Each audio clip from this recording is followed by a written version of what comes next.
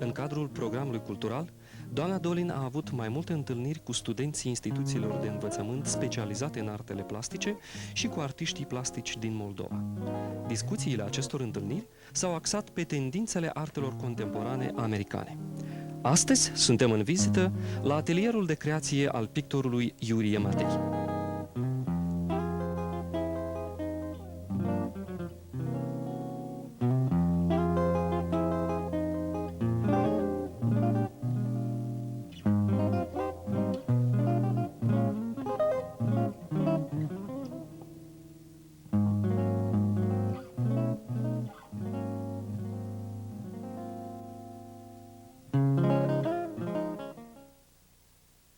Suntem încântați să avem un coleg, artist plastic, de fapt un ambasador al culturii Statelor Unite, ambasador sigur că neoficial al culturii Statelor Unite. Ne aflăm în ospiții la unul din cei mai importanți la zi, artiști plastici din Republica Moldova. Urmăresc evoluția dânsului de vreo 10 ani exact.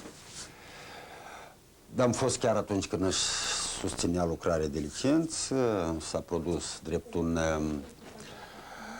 caz rarisim în istoria culturii noastre. Lucrarea aceea de licență este citată, drept o lucrare de referință. De fapt, în măsura în care sunt informat, știu că aveți grijă și de acest capitol. Deci, susținerea procesului învățământului artistic din Republica Moldova. De fapt, din ce stat veniți dumneavoastră și care este participarea dumneavoastră la viața artistică americană? I'm from Cleveland, Ohio. Sunt din Cleveland, Ohio, care se află în vestul Statelor Unite. Am fost invitat aici de Departamentul de Stat al Statelor Unite pentru a vizita artiștii plastici din Moldova, să le văd lucrările și să le prezint pe ale mele. De asemenea, să întâlnesc diferiți oameni și să văd țara.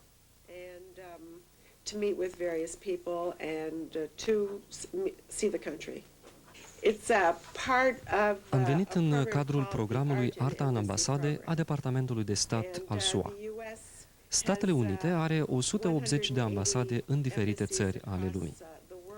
Este o tradiție ca în reședințele ambasadorilor să fie expuse lucrările artiștilor plastici din Statele Unite. Unii dintre ei sunt invitați pentru a vizita țara respectivă pentru un schimb de experiență.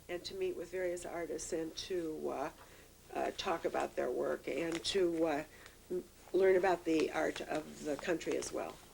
Domnul Iurie Matei, iată că avem un oaspete important în sensul că în acest răstimp al mondializării culturale cumva creează un climat de cunoaștere nemijlocită a ceea ce se întâmplă între țări foarte diferite. Statele Unite, înainte mergătorul civilizației, și Republica Moldova, o țară care de-abia se integrează în rândul, adică aspiră să se integreze în rândul țărilor civilizate.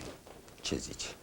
Sigur, este salutabil venirea unui artist din Statele Unite și știu, deși nu am discutat pe această temă, că va fi plăcut surprinsă, că va întâlni aici artiști de calitate, artiști foarte talentați, că au mai venit și prieteni de-ai mei din țările europene care, din păcate, știți că presa occidentală mai mult scrie de problemele noastre economice și nu face publicitate artiștilor noștri, pictori sau muzicieni, scriitori. Atunci când sosesc aici, sunt surprinși să vadă artiști de calitate.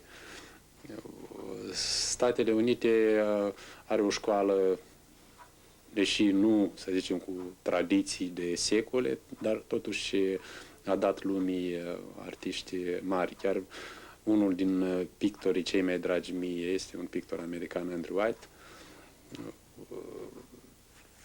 Îi zicem binevenit, sunt onorat de vizita doamnei în atelierul meu și cred că va avea timp să meargă și la alți artiști. Repet că avem foarte mulți artiști talentați. Doamna Bonidolin, iată că știm de unde veniți, știm că ați mai fost în Republica Moldova, știm că ați fost la instituții de învățământ artistic, la Centrul de Artă Contemporană, CSAC, de pe lângă Fundația Soros. Ați mai vizitat și alți artiști plastici în atelierele lor. Ați văzut expoziția autumnală la Centrul Expozițional Brâncuș. În genere ați văzut viața artistică din Chișinău. Aveți termeni de comparație cu viața artistică din Statele Unite sau există cumva niște particularități deosebite a acestui oraș care se numește Chișinău? First of all, traveling to the Am rămas foarte impresionat de nivelul de pregătire a tinerilor artiști din Moldova.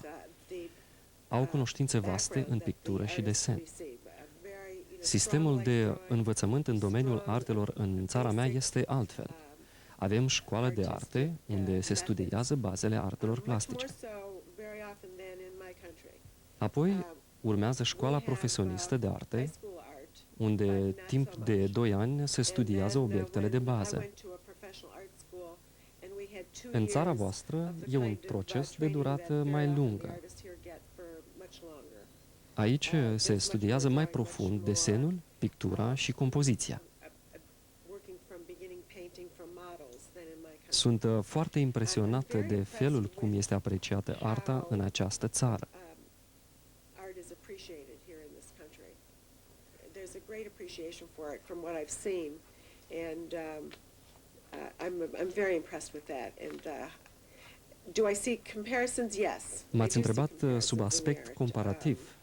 Personal, m-a impresionat utilizarea deosebită a vopselei, calitatea înaltă, expresionismul, emotivitatea lucrărilor artiștilor plastici din Moldova.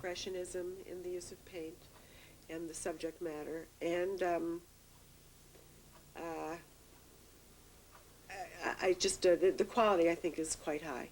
Noi, de fapt, considerăm acest sistem de învățământ de la Chișinău cumva anacronic în sensul că un sistem academist care cumva nu s-a revizuit radical, adecvat evoluției societății contemporane. O societate în care informatizarea și schimbările care au loc în arta contemporană cumva nu sunt considerate de către acei care dirigează învățământul artistic. Considerați dumneavoastră că dacă am invita, să zicem, niște profesori în artele contemporane, să zicem, să facă un fel de voluntariat. Cred că Republica Moldova nu e în stare să acopere cheltuielile.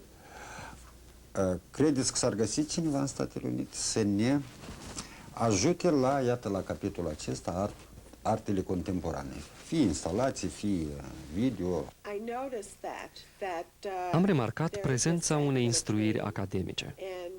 După cum am mai spus, în SUA școala de arte prevede o instruire academică timp de 2 ani, după care studenților li se propune să-și caute un stil propriu.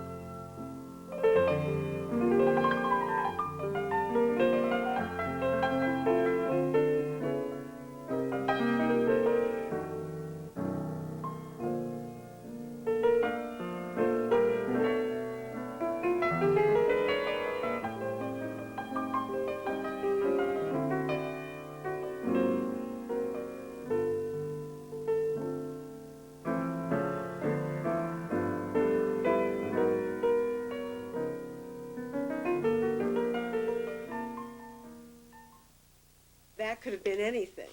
That could have been the use of computers, although then Stilul the propriu computers weren't presupune used mai very multe much when I was in modalități, school. inclusiv utilizarea What calculatoarelor. do you do Cu toate now? că pe vremea mea You nu could se try to foloseau get prea mult volunteers, but I calculatoarele. think you have to, Puteți apela la voluntarii străini, dar cred că mai bine ar fi să revizuiți sistemul de învățământ, astfel încât studenții ar putea avea mai multă libertate. Pregătirea academică este importantă, ea dă o siguranță în propriile forțe, dar artistul trebuie să-și găsească stilul său. Studenților li se poate pune la dispoziție literatură și materiale video despre arta contemporană. Cred că acestea ar fi de mare folos.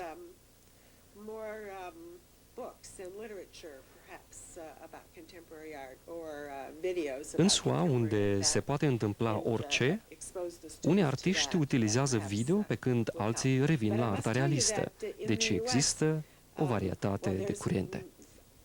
Everything is happening. Everything. It could be video, but it could also be a return to realism.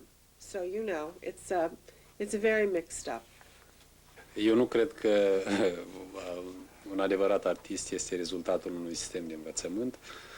Eu cred că este creația lui Dumnezeu, fiindcă nativ ți se dă talentul și totodată cel care are talent trebuie să fie un luptător. Eu am făcut am început să fac studiile în sistemul sovietic, așa cum ați pomenit, însă totdeauna am găsit posibilități să studiez și alte lucruri decât cele ce țineau strict de programul școlar sau programul colegiului de arte sau al academiei. Sunt artiști sau studenți care pot să fie la Paris sau la New York și nu vor crea niciodată ceva original sau nu se vor detașa de majoritatea studenților. Deci vor ieși o masă sau 10-15 artiști care poate la un moment dat să pară interesanți, dar nici pe departe originali. Aici, la Chișinău, totuși, cred că nu e atât vorba de programul școlar sau de sistem, cât de anumite lipsuri materiale, în primul rând, fiindcă tinerii se confruntă nu cu lipsă de informare, este slavă Domnului și internet, sunt în bibliotecile noastre, am văzut ultimele reviste europene și americane de artă, ci strictul necesar pentru ce ține burse, care le-ar permite să-și facă studiile, să stea mai mult timp în biblioteci, să-și cumpere cele necesare pentru lucru. Și nu cred că va ajunge vreodată o școală să producă, odată ce are într-o facultate 50 de studenți, vor ieși 50 de artiști originali și care vor putea să cucerească întreaga lume. Picturile lui Yuri Matei nu ar fi atât de impresionante fără o pregătire academică, dar el a reușit să-și găsească un stil propriu care îl caracterizează și îi caracterizează individualitatea.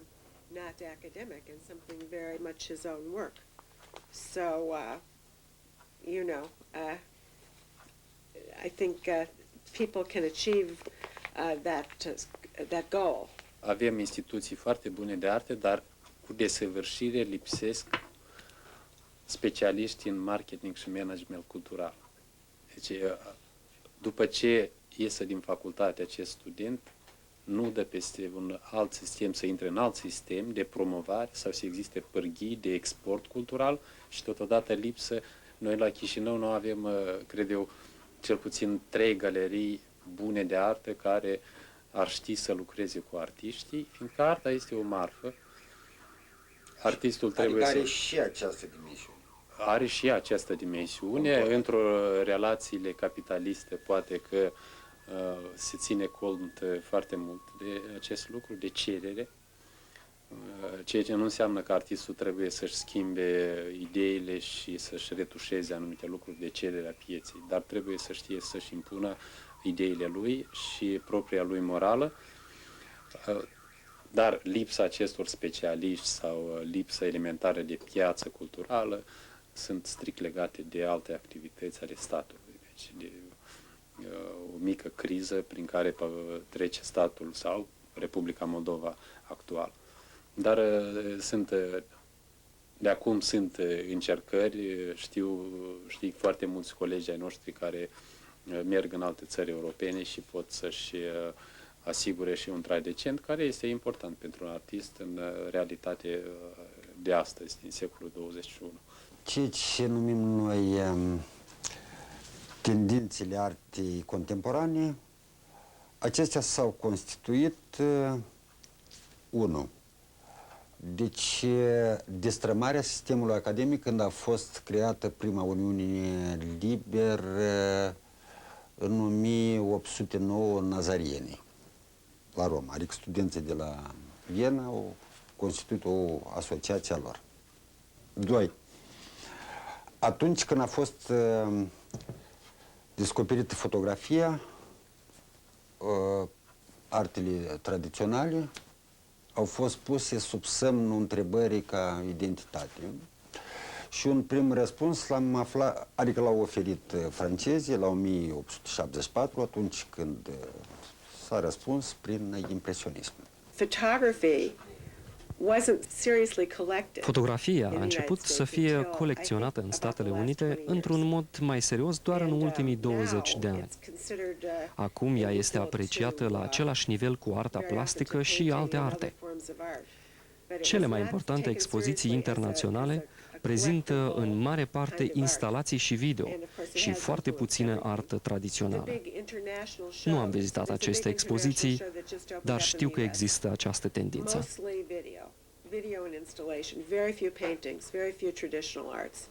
I haven't seen it yet, but that's the important art, the most important art right now, the video and the installation. În particular, vizita dumneavoastră este un act de comunicare în domeniul artelor vizuale. Aveți și alte rădăcini decât interesul față de acest pământ? Adică aveți cumva alte tangenți, interese, amintiri, sau poate vă leagă altceva de acest loc din sud-estul Europei? Bunicii mei și tatăl au emigrat din Moldova în 1911. Am fost foarte interesată să vin aici și să văd această țară. Această vizită înseamnă foarte mult pentru mine, mai ales că nu am fost niciodată într-o țară a Europei de Est. Sunt fericită că am avut această ocazie. Totul a fost excelent. Aceasta a fost o experiență extraordinară pentru mine. And it's been a wonderful experience, just wonderful.